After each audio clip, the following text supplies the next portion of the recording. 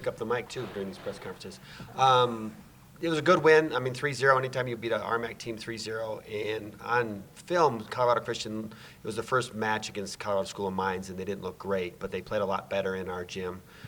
Gave us a fit basically until about 20 all, and then we were able to find a way to win in every one of those sets. And that's what I really liked about the weekend, is that they did put up a fight and forced us to play well, and we found a way to play well late, which is very important. And then just looking ahead to this weekend, you got some big matchups, and then you just added a game as well, so now you kind of have to look at 3 different teams rather than just 2. So what should we expect from the team? Again, life on the road in the RMAC, it's hard. We're at South Dakota School of Mines, but we start with Fort Lewis. Fort Lewis looks very competitive. They beat Westminster and UCCS recently. Just watching them on film right now, they have a couple good middles, so we're going to have to play well. South Dakota School of Mines always seems to play us well. I was talking to one of the other coaches, it was Taylor Wagner. It seems like everybody gets up for Mesa. It just doesn't matter. No matter where we play, we have a target on our back for whatever reason, good or bad. But we have to play well no matter who we're playing. And then we have to play against a good Chadron team at their place as well. Also not an easy place to play. See that you've had, all kinds of different lineups. You've got some versatility, and it just looks like the kids haven't missed a beat. Miranda's out for the first weekend, and you've had injuries and just finding minutes for different kids. What has been the key to keeping the continuity with so many changes? One, I think our gym is very competitive. So in practice, early on, I might have even said this in the fall, I thought our second side was a good RMAC team or a competitive RMAC team. So that's pretty nice because then we can throw in people at a lot of different places. And I think we have more depth than we've had in a long time as well, that we feel pretty comfortable with both of these guys playing right side, Ashton Reese playing right side. Paige Gwaltney's also stepping in and playing when we have injuries on the right side. So we feel like we have a lot of depth, and everybody's pretty dynamic, so it doesn't feel like we have to slow down or change things when we put new people in. Girls, it just looks like the depth is it takes pressure off everybody. It's like I don't have to be the one that scores every single point because everybody up and down the front row can score at any time. Does that kind of help as you guys kind of You have to answer figure that out one, things? Gabby. You're a freshman, you have to go first.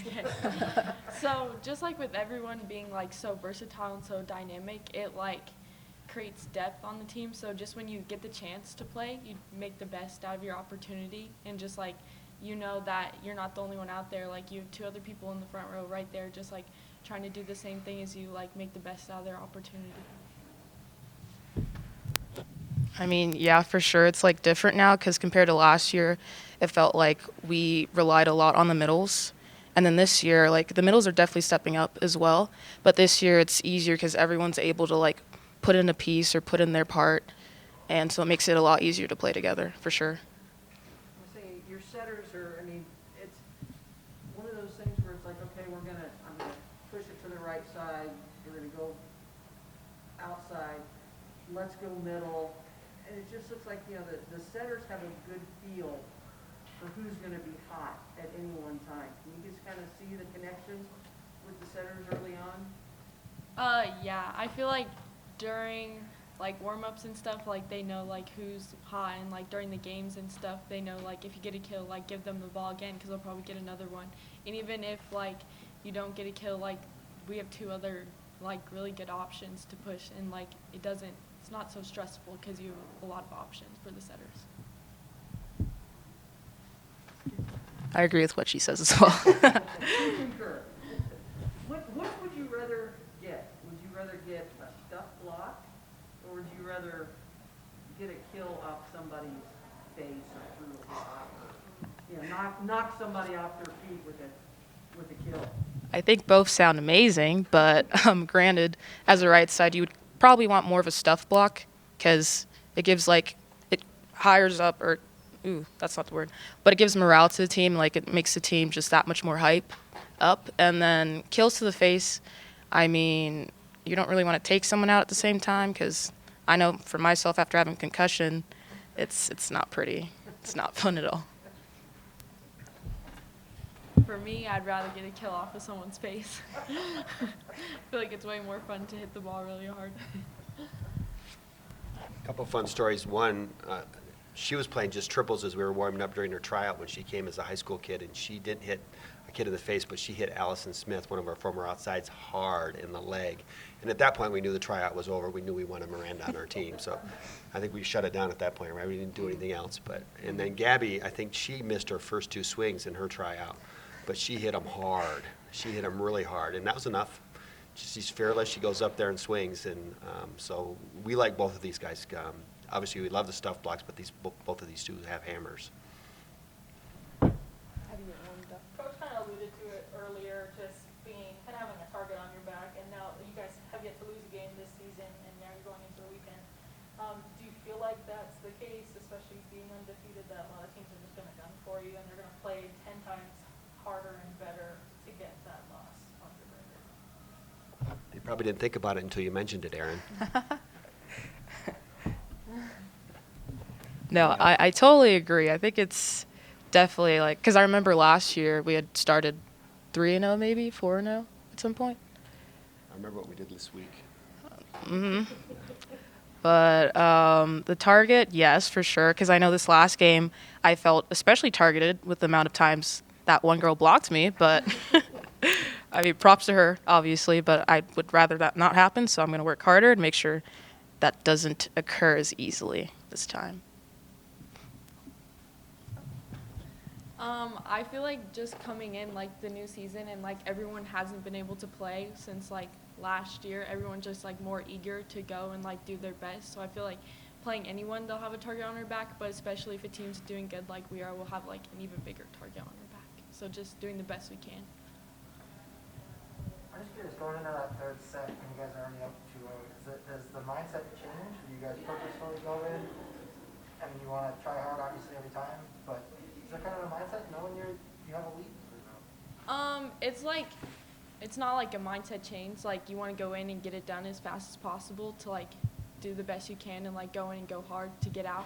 But I feel like sometimes I guess like you're like, okay, we're doing good, but that shouldn't change your mindset. Like, oh, like we're gonna have it easy. Like, no, you have to go in and do the best you can. So, because the other team could come back at any time. Like we've done that before, so anyone else could do it. Yeah, I think as a team, like everyone has a part, and especially with the bench, like when I'm on the bench, I know that I scream my hardest, and like I make sure that whoever's on the court can feel my energy and like puts forth that amount of energy into the game as well. Otherwise, I would think like obviously there's 6 people on the court, so if one person's starting to lag off, like someone's gonna tap them and give them a reminder, like let's go, let's keep going, keep pushing, we gotta finish. Speaking of energy, I know this is kind of a volleyball thing in general, but you guys are like way more hyped than the basketball teams or any other sport. Is that intentional, or is that just how you guys are, or you have to work to do that? I feel like it's both. Like that's kind of all of our personalities, but like as a team, like we need like high energy, so it just makes us go even better. It's kind of like a catalyst to make us like win faster, or just like do better, or get like plays, like better plays. But yeah. Well, I know last time we traveled, Coach actually got on our backs. And I was like, I am hearing the other team right now. Why am I not hearing you guys? And after that, like, we never let up. The bench will always cheer loud. I always have my thing I do after every timeout where I just, like, windmill my arm and scream out, Mavs, let's go Mavs. And that seems to get everyone going, usually. So you were kind of up and down when you were coming on and off the court on the line. Yeah, I try my best. We don't want to give any secrets away, but I think, one, we don't know if we're going to play in front of fans ever. And so we just always felt like we needed to create the home court advantage for ourselves, doesn't matter what gym we're in. And we've done a great job of that so far, these two and the rest of everybody has, so.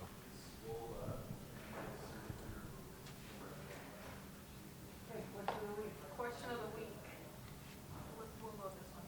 What is your favorite breakfast cereal? Lucky Charms.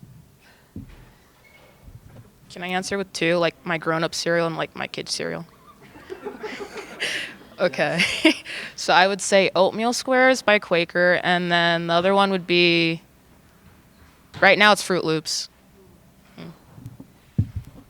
Growing up, Raisin Bran, and Fruit Loops. Was it that funny? Did I say Raisin wrong? Did